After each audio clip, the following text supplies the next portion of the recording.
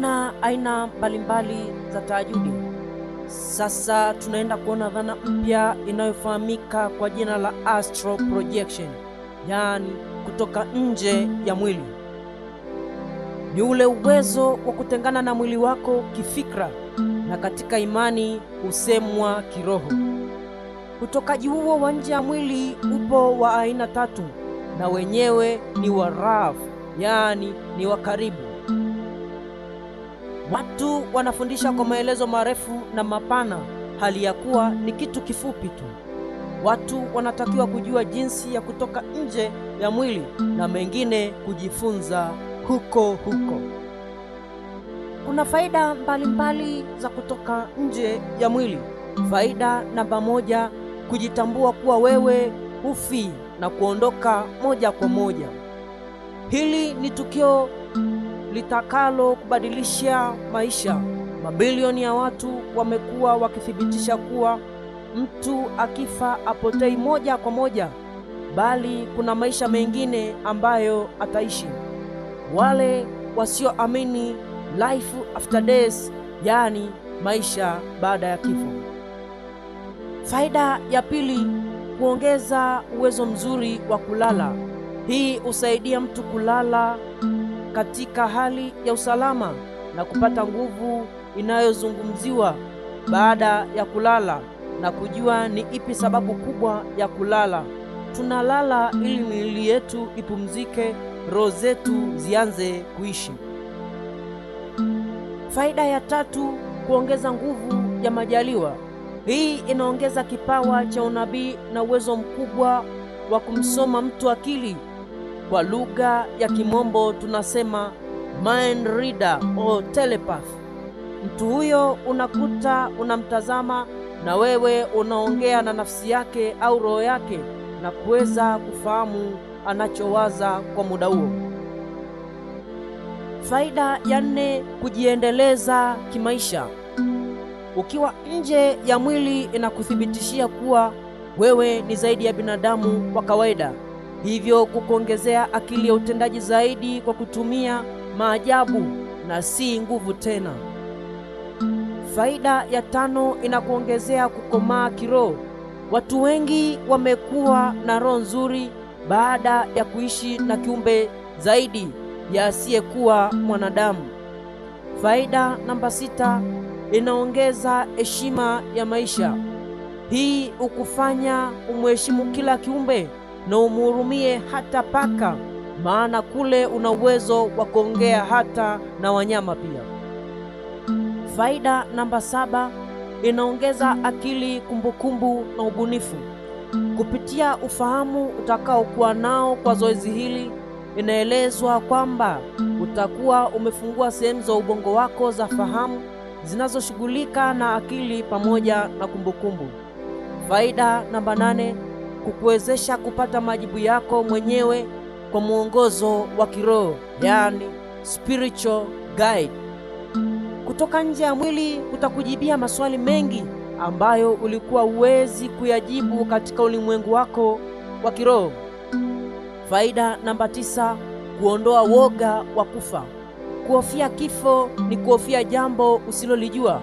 Utakapotoka nje ya mwili utaona kwamba kumbe nina uwezo wa kuishi maisha ya pili hata nikifa. Faida ya kumi, kutambua na kuelewa mambo ya kale yaliyopita. Utajifunza jinsi ya kupanua ubongo wako kuzungumza na historia za kale, ingawa unaweza kuona pia tukio lililowahi kutokea kwenye power of recognition and retrocognition. Faida ya 11, kupaa na kufurahi. Ulimwengu wa roho, hata anga sio mpaka. Unaweza kupaa nyuma ya mawingu na ukapaa kama puto. Unataka kuwa na macho ya ndege mjini? Bila shaka. Au unataka kupaa juu ya kutumbukia katika kilindi cha maji na kuogelea kama samaki, pombo, yaani dolphin, ama kuruka kama ndege? Or dive inside the water and swim like a fish, yaani kupiga mbizi ndani ya maji na kuogelea kama samaki. Ukitaka unaweza hata kufika kwenye sayari za juu na zile ambazo bado hazijawahi discovered, yani hazijagunduliwa. Wazungu walifanya zamani sana hii na kwenda huko kabla hata ya kurusha ndege. Unaweza kwenda popote duniani na nje ya duniani, na hata kwenda kuwatembelea marafiki kila kona ya ulimwengu. Faida namba 12, kuthibitisha kwamba mwili wako utakufa, lakini akili au nafsi yako itabaki tu. Faida namba 13, utayaona maisha yako yaliyopita na kuyachezea, na utakuwa na nafasi ya kuona kila kitu ambacho unatakiwa kufanya ufanikiwe. Pia hii yaweza kuwa tiba kubwa kwa magonjwa yasiyotibika, kwa maana unaingia katika sehemu ambazo zimefichwa na unaweza kutambua dawa ya kutibia matatizo mbalimbali na shida yoyote. Faida namba 14, kukutana na malaika wako. Utawaona malaika wako wanaokulinda, na hao watakuongoza kwa mengi unayoyahitaji kwa wakati huo. Faida namba 15, kuongeza nguvu ya miujiza.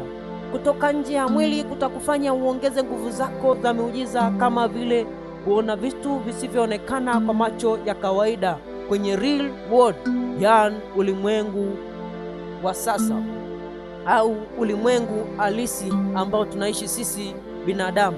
Lakini pia utaweza kusikia sauti za mawazo ya watu, kujua kinachoweza kutokea dakika kadhaa mbele, kumlazimisha mtu kufanya utakacho, yani mind control, kuhisi jambo fulani linatokea, jambo baya au jambo zuri, kuwa na nguvu ya unabii, kuona aura ya kila kitu na nguvu zingine nyingi tu.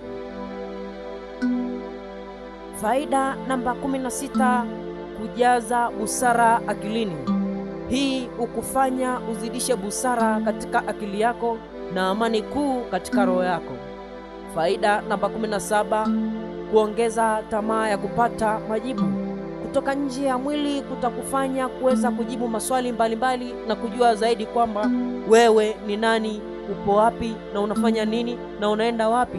Je, ukiyafahamu hayo yote unaweza kubadilisha mfumo wako wa maisha? Faida ya 18, kuwaona waliokufa. Hapa utakutana na ndugu zako uliokuwa ukiwapenda, waliotangulia mbele za haki. Kukutana nao huku kutakusaidia sana kuwasaidia, kama kuwalipia madeni na kuonyeshia mali au hazina walizozificha kama walikuwa wanakupenda. Faida namba 19, kujiongezea maajabu ya maisha. Hapa utaweza kujifunza mengi, kuona kila kiumbe kisichoonekana, kuwatabiria watu mazuri na mafanikio ya maisha, kuponya watu, kuwashauri watu mbalimbali na kadhalika. Faida namba 20, kupona. Ukitoka nje ya mwili unakuwa umejitibu wewe mwenyewe kwa kila tatizo lililokuwa likikusumbua katika mwili wako ama nafsi yako, na kuweza kabisa kupata suluhisho la matatizo yako yote kwa msaada wa Roho Mtakatifu. Unaweza kuwatibia wengine na hata wanyama. Hizi ni baadhi tu ya faida za kutoka nje ya mwili. Nguvu hii ya kutoka nje ya mwili kila mwanadamu aliyeumbwa kwa mikono mitakatifu ya Mungu anayo, lakini ni aina ya nguvu ambayo wanayo wote isipokuwa katika asilimia chache. Asilimia 65 ni watu wasiojua, asilimia 25 ni watu wanaoijua, na asilimia 10 ni watu wanaoitumia. Kuna njia mbalimbali za kuitoka nje ya mwili, lakini hapa nitaelezea chache. Njia ya kwanza inaitwa self astral projection. Usually involve an intentional effort to send your consciousness from your body. It is usually refers to your consciousness traveling out of your body toward a spiritual plane or dimension. Yani, ina maana ya hivi, makadirio ya astro ina maana ya kawaida ya kujumuisha juhudi ya kukusudia kutuma fahamu yako kutoka kwa mwili wako Makadirio ya astro inahusu fahamu yako kusafiri kutoka kwa mwili wako kuelekea ndege ya kiroho au vipimo. Lakini pia mbinu nyingine au njia nyingine inaitwa astro by binaural beast. When you listen to a sound with a certain frequency, your brain's wave will synchronize with that frequency. The theory is that binaural beast can help create the frequency needed for your brain to create the same waves commonly experienced during a meditation practice. Astrono na beast za binaural, unaposikiliza sauti na mzunguko, yaani frequency fulani, mawimbi ya ubongo wako yatalingana na frequency hiyo. Nadharia hii ni kwamba beats za binaural zinaweza kusaidia kuunda frequency inayohitajika kwa ubongo wako kuunda mawimbi sawa ya kawaida wakati wa mazoezi ya kutafakari. Hii hatua ya pili hatutaizungumzia sana, bali nitaelezea namna ya kutoka nje ya mwili kupitia hatua hiyo ya kwanza ya self astral projection. Hatua za kufuata kwa njia ya kwanza ni rahisi tu. Njia ya kwanza au hatua ya kwanza: oga na vaa nguo safi zisizobana. Hatua ya pili: lala chali, mgongo ukiwa umenyooka vema huku umefumba macho. Hatua ya tatu: utapata vishawishi kujigeuza au kujitingisha, vipuuze. Hauruhusiwi kujitingisha ama kujishikashika. Kuwa mtulivu kama mwanajeshi. Hatua namba 4: usitingishe macho wala kuchezesha mwili wako. Hatua namba 5: subiri na uzingatie kwenye pumzi. Hapa unakuwa unaudanganya ubongo kuwa mwili unaota.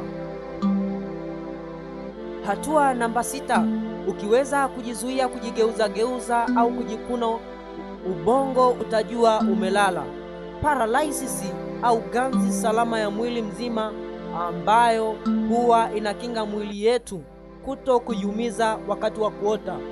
Mfano, sleep walking, unaota huku unatembea.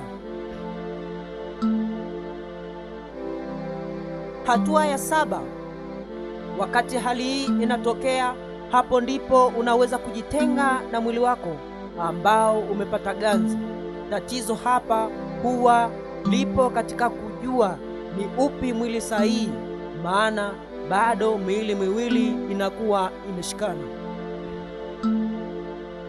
Hatua namba 8: ukiamka na mwili wako wa ganzi, kila kitu utakuwa umevuruga na utaamka kwenye mwili wenye ganzi. Hii mimi nina uzoefu nayo pia. Unajiona upo macho lakini mwili hauamki wala kucheza, unaganda. Ni kawaida, ila huwa noma sana. Haichukui muda, ni kama sekunde 10. Ukianza kujishtua au kujitingisha utakuwa sawa. Sasa je, utajua vipi kati ya miili hii ni upi sahihi? Ni mbinu rahisi, ipo hivi. Ukifika kwenye hatua hiyo ya kutoka, you will see new visualize, yaani utaona taswira mpya kwamba una mikono mipya na miguu mipya.